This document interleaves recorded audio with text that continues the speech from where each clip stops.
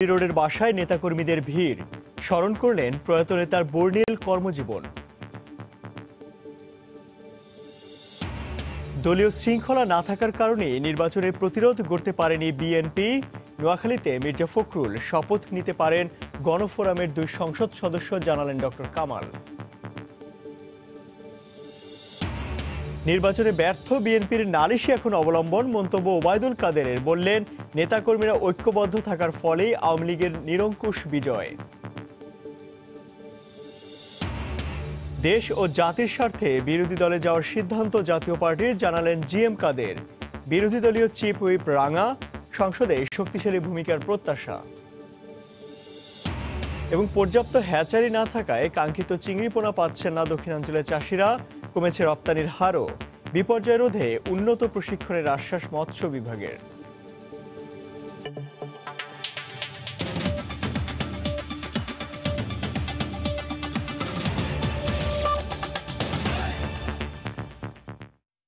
দেখছিলেন শিরোনাম, বাংলার সময়, সঙ্গে আছি আমি ইমতিয়াজ আহমেদ।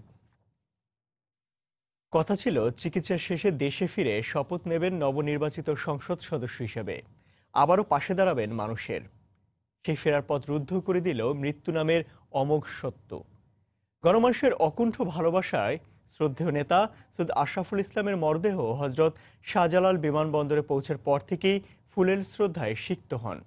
প্রিয় নেতার প্রয়াণে শ্রদ্ধা আর ভালোবাসা জানাতে তার বেইলি রোডের বাসভবনেও ভিড় জমে হাজারো ভক্তের। যেই মাটিতে জন্মেছিলেন সেই মাটিতেই তিনি ফিরে এলেন নিথর নিষ্প্রাণ দেহে। গেল বৃহস্পতিবার রাতে থাইল্যান্ডে চিকিৎসাধীন অবস্থায় মারা যাবার পর নিভৃতচারী রাজনৈতিক ব্যক্তিত্ব সৈয়দ আশরাফুল ইসলামের মরদেহ শনিবার সন্ধ্যায় পৌঁছায় ঢাকায়। বিমানবন্দরে তখন নেতার জন্য অপেক্ষা সহযোদ্ধা আর সুধীজনদের। ফুলেল ভালোবাসায় সেখানে শ্রদ্ধা নিবেদন করে মরদেহ গ্রহণ করেন দলের জ্যেষ্ঠ নেতারা। এরপর প্রয়াত জনপ্রশাসন মন্ত্রী সৈয়দ আশরাফকে নিয়ে লাশবাহী গাড়ি রওনা হয় বেইলি রোডে তাঁর বাসভবনে। এ সময় সাধারণ সম্পাদক ওবায়দুল কাদের, জ্যেষ্ঠ নেতা মোহাম্মদ নাসিম, ডক্টর আব্দুর রাজ্জাক, শিক্ষামন্ত্রী নুরুল ইসলাম নাহিদ, খাদ্যমন্ত্রী অ্যাডভোকেট কামরুল ইসলাম সহ গাড়িবহরে ছিলেন মন্ত্রিপরিষদের আরও অনেকেই। মরদেহ 21 বেইলি রোডের বাসভবনে নেওয়া হলে ভবনের প্রাঙ্গণ ছেয়ে যায় শোকের আবহে। অশ্রুসিক্ত নয়নে অনেকেই স্মরণ করেন তার কৃতকর্ম আর ফেলে আসা জীবনের নানা সোনালী অধ্যায়। আমরা খুব ঘনিষ্ঠভাবে কাজ করেছি, মুক্তিযুদ্ধ আমরা একসাথে করেছি। তার যে অভাব সৃষ্টি হয়েছে, শূন্যতা সৃষ্টি হয়েছে তার প্রয়াণে, এটার অপূরণীয় অভাব, এটা পূরণ হবে না। গণতান্ত্রিক রাষ্ট্র কায়েমের চিন্তা করেন, তাদের সবার কাছে তিনি থাকবেন একজন ধ্রুবতারা হয়ে। সৎ নির্ভীক মানুষ হিসাবে সেটা বহুদিন আমাদের রাজনীতির ইতিহাসে স্মরণীয় হয়ে থাকবে। আমাদের যারা নতুন প্রজন্মের যারা রাজনীতিবিদ, যারা ইতিমধ্যে এসেছেন এবং আগামীতে যারা আসবেন, আমি মনে করি তারা এই সৈয়দ আশরাফের জীবন থেকে তাদের এই ধারণাগুলো নেওয়া উচিত। দল ও রাষ্ট্রের মঙ্গলে অন্তপ্রাণ এই রাজনীতিকের অবদান চিরদিনই বাংলার প্রকৃতিতে আলো জ্বালবে বলছিলেন শ্রদ্ধা জানাতে আসা ভক্ত অনুসারীরা। আমাদের দুঃখ থাকলো যে আমরা তাদের জন্য হয়তো আরো কিছু করা আমাদের উচিত ছিল, যেটা আমরা হয়তো করি। আজকে হাজার হাজার মানুষ যে ওনার ডেড বডি এখানে দেখতে আসছে, সেখান থেকে প্রমাণ হয় যে তিনি কত প্রিয় ছিলেন মানুষের, কত কাছের ছিলেন।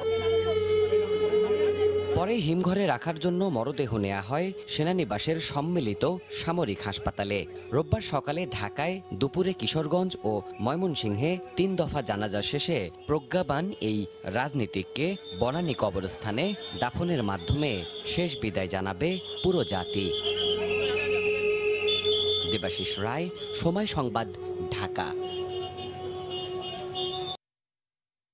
সৈয়দ আশরাফের মৃত্যুতে শোকাহত তার রাজনৈতিক সহযোদ্ধারা। তারা বলছেন, নির্মোহ পরিচ্ছন্ন ব্যক্তিত্বের অধিকারী সৈয়দ আশরাফ দলের দুর্দিনের ঢাল হয়ে আগ্রহে লিখেছিলেন।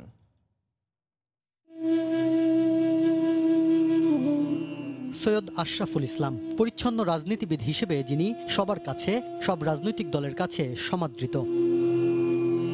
কথা ছিল সুস্থ হয়ে দেশে ফিরে আবারও সংসদ সদস্য হিসেবে শপথ নেবেন, কিন্তু বৃহস্পতিবার রাত 10টায় ফুসফুসের ক্যান্সারে ব্যাংককের একটি হাসপাতালে চিকিৎসাধীন অবস্থায় 68 বছরে মারা যান তিনি। জাতীয় চার নেতার একজন সৈয়দ নজরুল ইসলামের ছেলে 5 বারের নির্বাচিত সংসদ সদস্য ও জনপ্রশাসন মন্ত্রী সৈয়দ আশরাফ ছিলেন নির্মোহ, মৃদুভাষী, সুদক্ষ এবং পরিচ্ছন্ন একজন রাজনীতিবিদ। রাজনীতির মাঠে কাঁদা ছোড়াছুড়ি হলেও নিজেকে রেখেছিলেন পর্দার অন্তরালে। আমাদের পার্টির বাইরেও বিভিন্ন দল, বিভিন্ন পেশা, সমাজের বিভিন্ন শ্রেণীর লোকজন আজকে তার নামটি শ্রদ্ধার সঙ্গে উচ্চারণ করছে। নিষ্ঠাবান, একজন সৎ, একজন নির্লোভ মানুষ ছিল, বলতে গেলে একজন অত্যন্ত নিরহংকার একজন ব্যক্তি ছিল আশরাফ। তিনি কোনো গ্রুপের বা তার ছত্রছায়া কোনো গ্রুপ কোনো জেলায়, উপজেলা বা কেন্দ্রে এই ধরনের কিছু ছিল না, এবং সবাইকে একসাথে নিয়ে কাজ করতো এবং সবার সাথে তার একটা গ্রহণযোগ্যতা, সুসম্পর্ক ছিল। স্বাধীনতার সপক্ষের দল আওয়ামী লীগের 2 বারের নির্বাচিত সাধারণ সম্পাদক হওয়ার আগে ও পরে দল যখনই দুর্যোগ দুর্বিপাকে পড়েছে তখনই প্রাচীরের মতো সামনে দাঁড়িয়েছেন তিনি। সভানেত্রী যখন গ্রেফতার হন, মিথ্যা মামলায় তাকে গ্রেফতার করা হয়, আওয়ামী লীগের অনেক নেতাই তখন কারাগারে। সেই সময়ে জিল্লুর রহমান সাহেব এবং আসাফুল ইসলাম সাহেব ভারপ্রাপ্ত সাধারণ সম্পাদক হিসেবে দায়িত্ব গ্রহণ করার পর যেভাবে পার্টিকে সুসংগঠিত করেছিলেন, এটা অবিস্মরণীয় তার ভূমিকা। শুধু নেতৃত্ব দেন নেই, তিনি সব জায়গায় দাঁড়িয়েছিলেন যাতে করে আমাদের সমস্ত নেতাকর্মীরা একটা সাহসের জায়গা, একটা ভরসার জায়গা তিনি ছিলেন। তরুণ রাজনীতিবিদদের কাছে অনুকরণীয় হয়ে থাকবেন একজন আশরাফ। সৈয়দ আশরাফুল ইসলাম উনি কখনো পদের পিছনে ছোটেননি, মানে ক্ষমতার পিছনে ছোটেননি, অর্থের পিছনেও ছোটেননি। একটু নিভৃতচারী, খুব যে একটা নিজেকে জাহির করার ব্যাপারটা তার মধ্যে কখনোই ছিল না। মানুষের দেওয়া দায়িত্বকে তিনি তার কাজ হিসেবে মনে করেছেন এবং এই জন্য মানুষের প্রতি তার ছিল দরদ, ভালোবাসা এবং নিষ্ঠা। নবীন প্রজন্মের কাছে আবেদন, নির্লোভভাবে দেশকে দেওয়ার জন্য যেন তারা চিন্তা করে। কীর্তিমানদের জীবনে মৃত্যুই শেষ কথা নয়, নশ্বর জীবনে প্রাপ্তি অপ্রাপ্তির বাইরে অবিনশ্বর কর্মে তারা বেঁচে থাকেন কোটি মানুষের মনে। তেমনি বেঁচে থাকবেন বর্ষিয়ান রাজনীতিবিদ সৈয়দ আশরাফ। শাফিন জাহিদ, সময় সংবাদ, ঢাকা।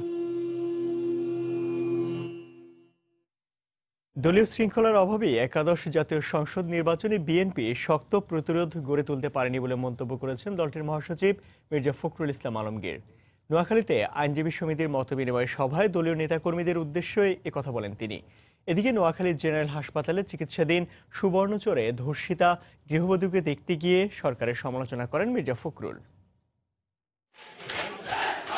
বিএনপির মহাসচিবকে সামনে রেখেও অশান্ত দলীয় নেতাকর্মীরা, তাদের শান্ত করার জন্য বারবার চেষ্টা করতে দেখা যায় মির্জা ফখরুল ইসলাম আলমগীরকে।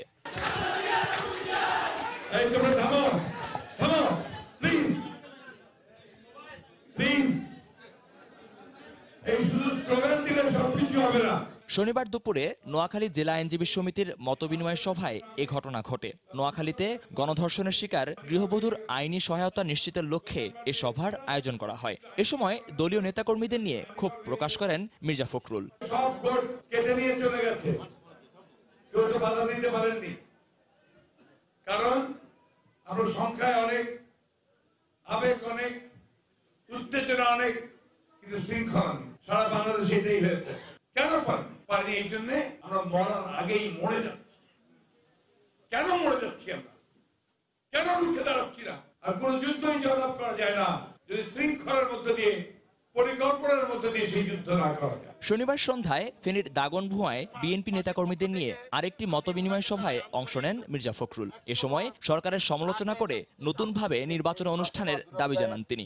আমাদের ঐক্যকে ধরে রাখতে এখনো সময় আছে, এই নির্বাচনকে বাতিল করে দেন, বাতিল করে দিয়ে নিরপেক্ষ সরকারের অধীনে নির্বাচন দিন, অন্যথায় বাংলাদেশের মানুষ কোনোদিনই আপনাদেরকে ক্ষমা করবে না। এর আগে নোয়াখালী জেনারেল হাসপাতালে চিকিৎসাধীন ধর্ষণের শিকার গৃহবধূকে দেখতে যান মির্জা ফখরুল ইসলাম আলমগীর। নির্যাতিতা গৃহবধূর স্বজনদের বিভিন্ন আশ্বাস দেন বিএনপি মহাসচিব। একই সঙ্গে দায়ীদের বিচার নিশ্চিতে আইনি সহায়তা দেওয়ার কথা জানান বিএনপি নেতারা। মহিউদ্দিন মধু, সময় সংবাদ। একাদশ জাতীয় সংসদ নির্বাচনে গণফোরাম থেকে নির্বাচিত 2 জন সংসদে যাওয়ার বিষয়ে ইতিবাচক সিদ্ধান্ত নেবেন বলে জানিয়েছেন জাতীয় ঐক্যফ্রন্টের শীর্ষ নেতা ডক্টর কামাল হোসেন। গতকাল বিকেলে রাজধানীর তোপখানায় গণফোরামের বর্ধিত সভায় কথা বলেন তিনি। ডক্টর কামাল বলেন, একটি সুষ্ঠু ও অবাধ নির্বাচনের দাবিতে তাদের আন্দোলন অব্যাহত থাকবে।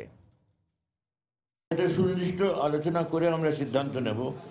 তো আমার নিজের ধারণা যে ইতিবাচক সিদ্ধান্ত আমরা নেব। নীতিগতভাবে আমি মনে করি আমরা যেহেতু ঐক্যর পক্ষে সবসময় বলে এসেছি, করে এসেছি, নীতিগতভাবে আমি মনে করি ঐক্যকে রাখার পক্ষেই আমরা সিদ্ধান্ত শেষ পর্যন্ত নেব। কিন্তু এইগুলো সবই নিয়ে আমাদের আলোচনা করে তারপরে সিদ্ধান্ত নেওয়া হবে। আন্দোলনের তো আমরা করেই যাচ্ছি, আন্দোলনের জনমত গঠন করাও আন্দোলন তো সেভাবে অব্যাহত আছেই, আমরা করেই যাচ্ছি, করে যাব। আওয়ামী লীগের সাধারণ সম্পাদক ওবায়দুল কাদের বলেছেন, বিএনপি আন্দোলন এবং নির্বাচনে ব্যর্থ, এখন বিদেশিদের কাছে নালিশ করা ছাড়া তাদের কিছুই করার নেই।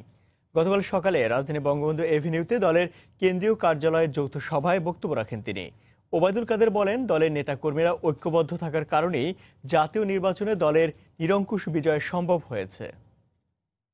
10 বছর ধরে একটা আন্দোলন করতে পারে, জাতীয় নির্বাচন, তারপরে অংশ নিয়েছেন, আন্দোলনে ব্যর্থ, নির্বাচনে ব্যর্থ। এখন তাদের আর অবলম্বন কি আছে? নালিশ করা ছাড়া। দেশের লোকের কাছে তো অনেক বলেছে, এখন বিদেশিদের কাছে তারা নালিশ করে যাচ্ছে। আর মির্জা ফখরুল যেসব কথাবার্তা বলছেন, এটা আন্দোলন ও নির্বাচনে ব্যর্থ একজন রাজনীতিকের অসংলগ্ন সংলাপ। বাংলার সময় আরো থাকছে। চট্টগ্রামের হালদা নদীতে ডিমওয়ালা মাছ রক্ষায় বিশেষ ব্যবস্থা প্রশাসনের, মাছ ধরা ও বালু উত্তোলনের বিরুদ্ধে অভিযান।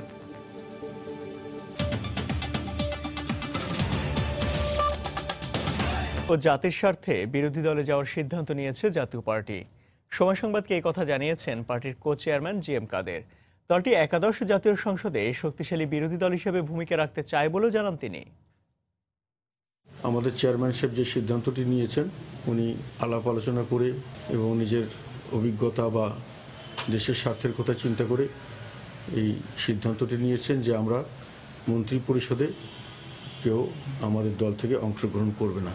এটা করলে জনগণের মধ্যে আমাদের যে বিরোধী দলীয় ভূমিকা সেটার বিষয়ে সংশয় সৃষ্টি হয় এবং গ্রহণযোগ্যতা সেরকম অর্থে পাওয়া যায় না।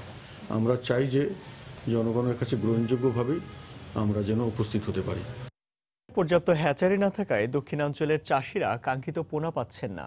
আর ঘেরে রোগাক্রান্ত পোনা ব্যবহারের কারণে এবছর বিপর্যয়ের মুখে পড়েছেন দক্ষিণাঞ্চলের চিংড়ি চাষিরা।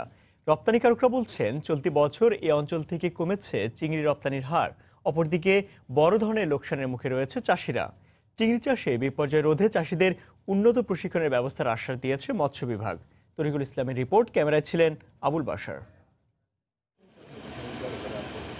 দেশের চিংড়ি চাষের সম্ভাবনাময় জায়গা দক্ষিণাঞ্চল। খুলনার বিভিন্ন স্থানে হাজারো মানুষের জীবিকা নির্বাহ করে এই চিংড়ি চাষের উপর। অধিকাংশ চিংড়ি চাষী বিভিন্ন বেসরকারি প্রতিষ্ঠান থেকে চড়া সুদে ঋণ নিয়ে শুরু করেন চিংড়ি চাষ। এবছর চিংড়ির ঘেরে মড়ক লাগার কারণে মারাত্মক বিপর্যয়ের মুখে পড়েছেন চাষিরা। অন্যদিকে বাগেরহাটের মংলা এলাকার বেশিরভাগ ঘেরে আধা নিবিড় পদ্ধতিতে চিংড়ি চাষ করা হয়। এ পদ্ধতিতে যেমন অল্প সময়ে উৎপাদন করা যায় অধিক চিংড়ি, তেমনি চাষিদের এজন্য বড় অঙ্কের টাকা বিনিয়োগ করতে হয়। চাষিরা বলছেন, চিংড়ি পোনা রোগাক্রান্ত হওয়ার কারণে কোনো ঘের মালিক শতভাগ লোকসানের মুখে পড়েছেন। ব্যাংক থেকে আপনার কড়া সুদে আমাদের লোন নিয়ে তারপরে প্রজেক্ট দাঁড় করাইছি আমরা, কিন্তু এই পোনার দুরবস্থার কারণে আমরা এবার মারাত্মক ক্ষতির সম্মুখীন। একটা পুকুরি 3 লাখ 4 লাখ টাকা অটোমেটিক্যাল মাছ দেওয়ার আগে খরচ হয়ে যায়। এগুলো খরচ টরচ করে আমরা যে বাচ্চা দেবো, ওই বাচ্চাটাই যদি সুস্থ সবল বাচ্চা না পাই, তাহলে আমাদের ব্যবসা তো লাটে যাবে। অন্যদিকে রপ্তানিকারকরা বলছেন, প্রান্তিক চাষিদের লোকসানের কারণে চলতি বছর 25% কম চিংড়ি রপ্তানি হবে। ফলে চলতি অর্থ বছরে রপ্তানিতে লক্ষ্যমাত্রা অর্জিত হবে না।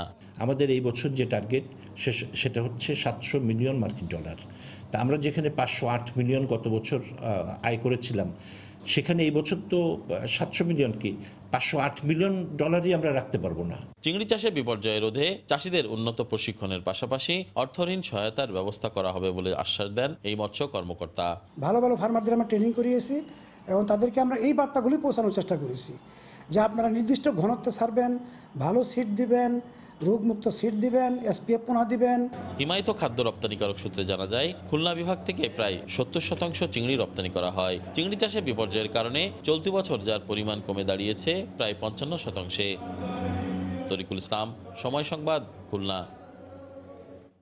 বাংলার সময় আরও থাকছে। টাঙ্গাইল জেনারেল হাসপাতালের ড্রেন থেকে নবজাতক উদ্ধার, আশঙ্কাজনক অবস্থায় চিকিৎসাধীন।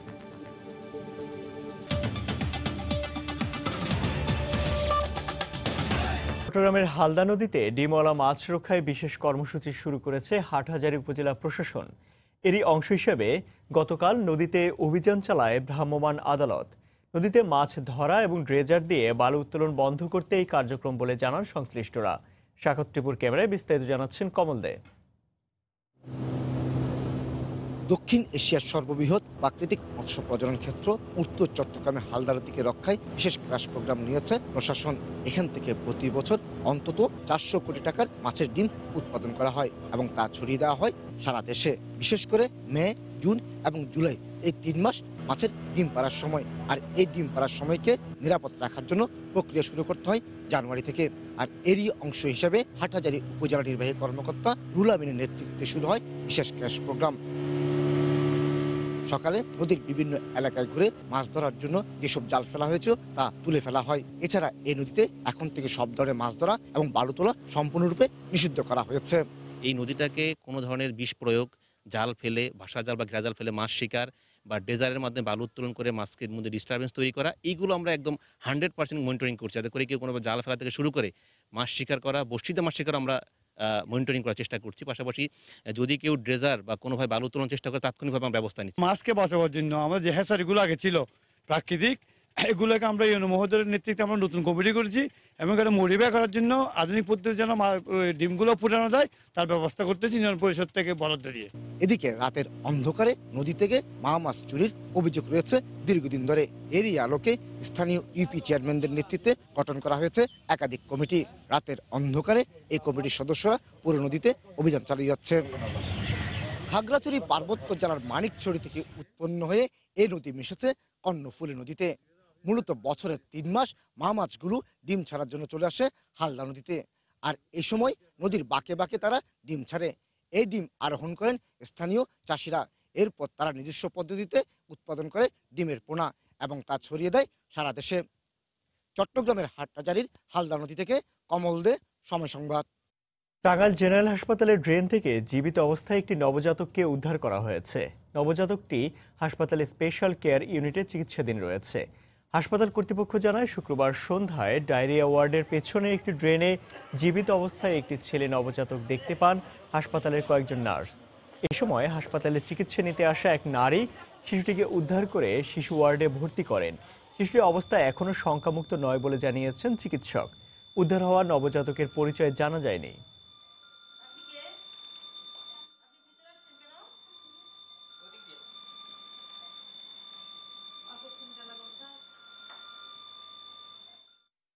বাচ্চা আমি তুলে খুলে নয় আসি, নয় আসে শিশু ওয়ার্ডে আমি দূর নয় এসে ভর্তি করছি। বাচ্চা আমি পালবো, আমার পোলার নেই, আমার সন্তান নেই। ডায়রিয়া ওয়ার্ডের পিছনে একটা ডাস্টবিন থেকে একটা মহিলা উদ্ধার করে নিয়ে আসে। তারপর থেকে বাচ্চাটা এখানে চিকিৎসাধীন আছে। অবস্থাটা ক্রিটিক্যাল, পরিচয় এখন পর্যন্ত অজ্ঞাত আছে। শ্রমিকরা গতকাল সকালে জেলা প্রেস ক্লাবের সামনে সমাবেশ করেন ফতুল্লার অবন্তী কালার লিমিটেড নামের পোশাক কারখানার শ্রমিকরা। পরে বিক্ষোভ মিছিল নিয়ে বিভিন্ন সড়ক প্রদক্ষিণ করেন তারা। শ্রমিকদের অভিযোগ, গত নভেম্বর মাসে 1045 জন শ্রমিককে বিনা নোটিশে চাকরি থেকে ছাঁটাই করে কারখানা কর্তৃপক্ষ। এর পরের মাসেই একইভাবে বকেয়া বেতন পরিশোধ না করেই আরও প্রায় 300 শ্রমিককে ছাঁটাই করা হয়। এই ঘটনার প্রতিবাদ জানালে মালিকপক্ষের লোকজন শ্রমিকদের মারধর করে বলেও অভিযোগ তাদের। দ্রুত ছাঁটাইকৃত শ্রমিকদের পুনরায় নিয়োগ এবং প্রাপ্ত মজুরি দেওয়ার দাবি জানান তারা।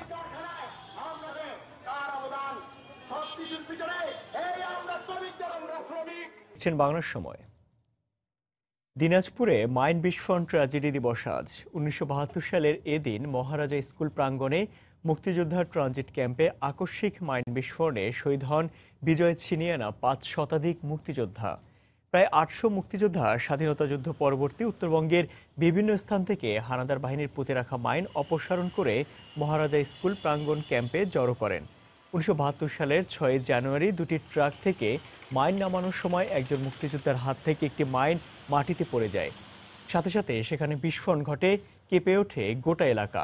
এতে প্রাণ হারান সেখানে অবস্থান নেওয়া 5 শতাধিক মুক্তিযোদ্ধা। পরে চিহিলগাজী এলাকায় শহীদ মুক্তিযোদ্ধাদের সমাহিত করা হয়। বাংলা সময় শীর্ষ সংবাদ জানিয়ে দিচ্ছে আরেকবার।